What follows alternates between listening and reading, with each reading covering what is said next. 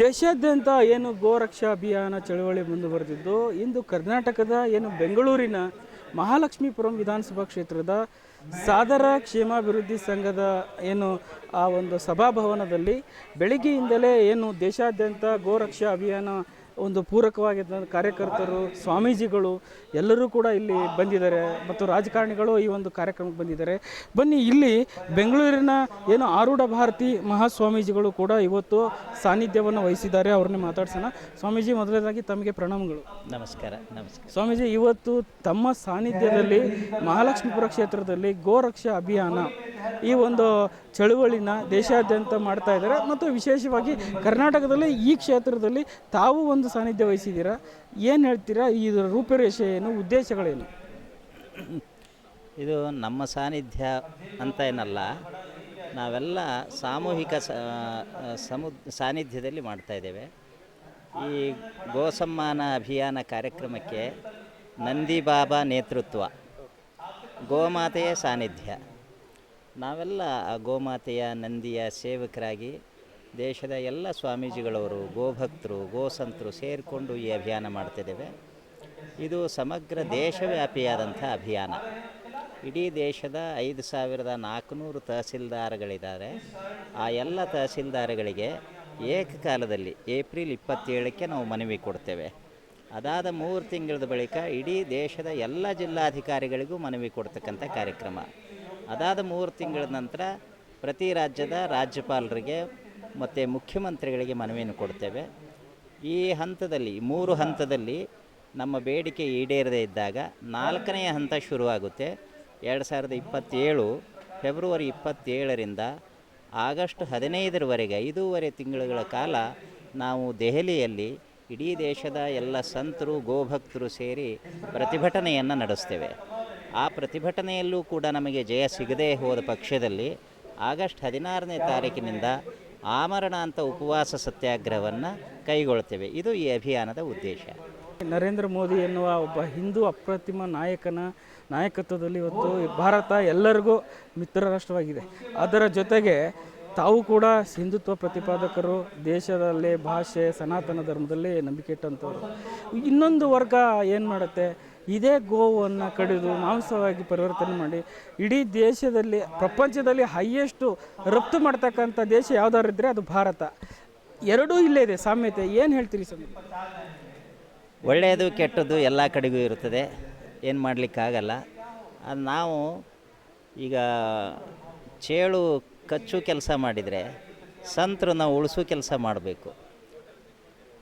ಒಂದು ಮಾತನ್ನು ನಾವು ನೆನಪಿಟ್ಕೊಳ್ಬೇಕು, ಕೊಲ್ಲುವುದು ರಾಕ್ಷಸರ ಕೆಲಸ, ಕಾಯುವುದು ದೇವರ ಕೆಲಸ ಅಂತ ಹೇಳ್ತಾರೆ. ಹಾಗೆ ಇಲ್ಲಿ ನಮ್ಮ ದೇಶದಲ್ಲಾಗ್ಬೋದು, ಬೇರೆ ದೇಶದಲ್ಲೂ ಆಗ್ಬೋದು, ಸಸ್ಯಾಹಾರ ಮಾಂಸಾಹಾರ ಎರಡೂ ರೂಢಿಯಲ್ಲಿದೆ. ಅದು ಆಹಾರದ ಪದ್ಧತಿ ಅಂತ ಅವರು ವಾದ ಮಾಡ್ತಾರೆ. ನಾವು ಹೇಳೋದು, ಮನುಷ್ಯನಿಗೆ ಮಾಂಸಾಹಾರ ಸಹಜವಾದದ್ದಲ್ಲ. ಮನುಷ್ಯನಿಗೆ ಸಹಜವಾದ ಆಹಾರ ಶಾಖಾಹಾರ. ಕೆಲವು ಪ್ರಾಣಿಗಳಿಗೆ ಮಾಂಸಾಹಾರ ಪ್ರಾಕೃತಿಕ, ಮನುಷ್ಯನಿಗೆ ಅದು ಪ್ರಾಕೃತಿಕ ಆಹಾರ ಅಲ್ಲ. ಮಾಂಸಾಹಾರ ಅನ್ನೋದು ಮನುಷ್ಯನಿಗೆ ಪ್ರಾಕೃತಿಕ ಆಹಾರವಲ್ಲ. ಆದ್ದರಿಂದ ನಾವು ಮನುಷ್ಯನು ಮಾಂಸಾಹಾರ ತಿನ್ನುವುದು ಸಾತ್ವಿಕ ಅಲ್ಲ ಅಂತ ವಾದ ಮಾಡ್ತೇವೆ.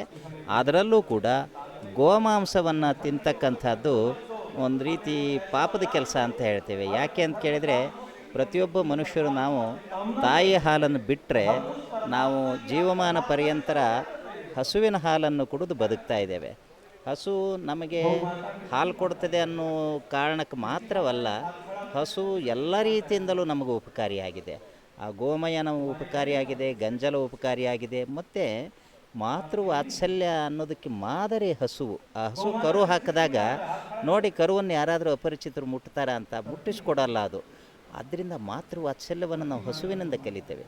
ಈಗ ನಾವು ರೈತರು ಕೃಷಿಗೆ ಯಂತ್ರವನ್ನು ಉಪಯೋಗಿಸ್ಕೊಳ್ತಾ ಇದ್ದೇವೆ, ಉಪಯೋಗಿಸ್ಕೊಳ್ಬೋದು, ತಪ್ಪಿಲ್ಲ. ಆದರೆ ನೋಡಿ, ಒಂದು ಟ್ಯಾಕ್ಟ್ರಲ್ಲಿ ಉಳುಮೆ ಮಾಡ್ತೀವಿ ಅಂದರೆ ಟ್ಯಾಕ್ಟ್ರಿಂದ ನಮಗೇನು ಸಂವೇದನಾಶೀಲ ಸಿಗೋದಿಲ್ಲ.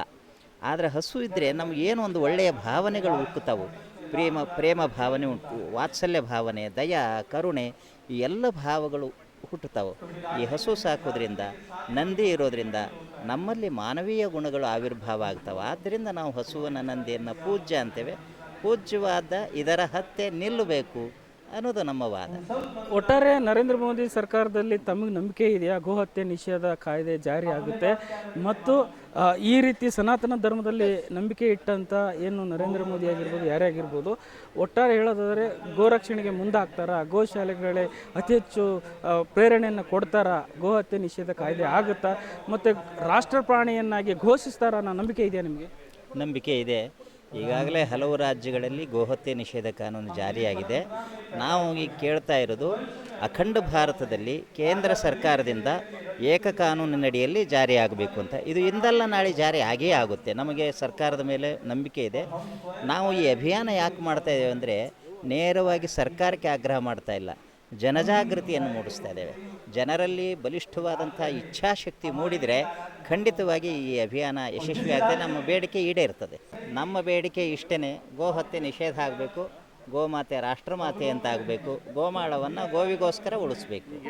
ಜನಾಂದೋಲನ ಆದರೆ ಅದರಿಂದ ಹೌದೌದು, ಜನಾಂದೋಲನ ಆದಾಗ ಅದು ಪರಿಣಾಮ ಆಗೇ ಆಗ್ತದೆ. ಸೊ ಒಟ್ಟಾರೆ ಹೇಳೋದಾದರೆ ಏನು ಗೋಹತ್ಯೆ ನಿಷೇಧ ಕಾಯ್ದೆ ಆಗಬೇಕಂದ್ರೆ ನಾವು ಜನಗಳಲ್ಲಿ ಜಾಗೃತಿ ಮತ್ತು ಜನಾಂದೋಲನವನ್ನು ಮಾಡಬೇಕು. ಇಲ್ಲದೆ ಹೋದ ಪಕ್ಷದಲ್ಲಿ ಇದು ಕಷ್ಟ ಸಾಧ್ಯ. ನರೇಂದ್ರ ಮೋದಿ ನೇತೃತ್ವದ ಸರ್ಕಾರದಲ್ಲಿ ಗೋಹತ್ಯೆ ನಿಷೇಧ ಕಾಯ್ದೆ ಜಾರಿಗೆ ಬರಬೇಕು, ಜೊತೆಗೆ ರಾಷ್ಟ್ರ ಒಂದು ಪ್ರಾಣಿಯನ್ನಾಗಿ ಗೋವನ್ನು ಘೋಷಿಸಬೇಕು ಅನ್ನೋದು ಇವತ್ತಿನ ಕಾರ್ಯಾಗಾರದ ಮೂಲಮಂತ್ರವಾಗಿದೆ ಅಂತಲೇ ಹೇಳ್ಬೋದು. ಕ್ಯಾಮ್ರಾ ಪರ್ಸನ್ ಕಾಂತರಾಜ್ ಜೊತೆ ಚಂದ್ರಶೇಖರ್ ಯಲಬುರ್ತಿ, 4M ನ್ಯೂಸ್, ಬೆಂಗಳೂರು.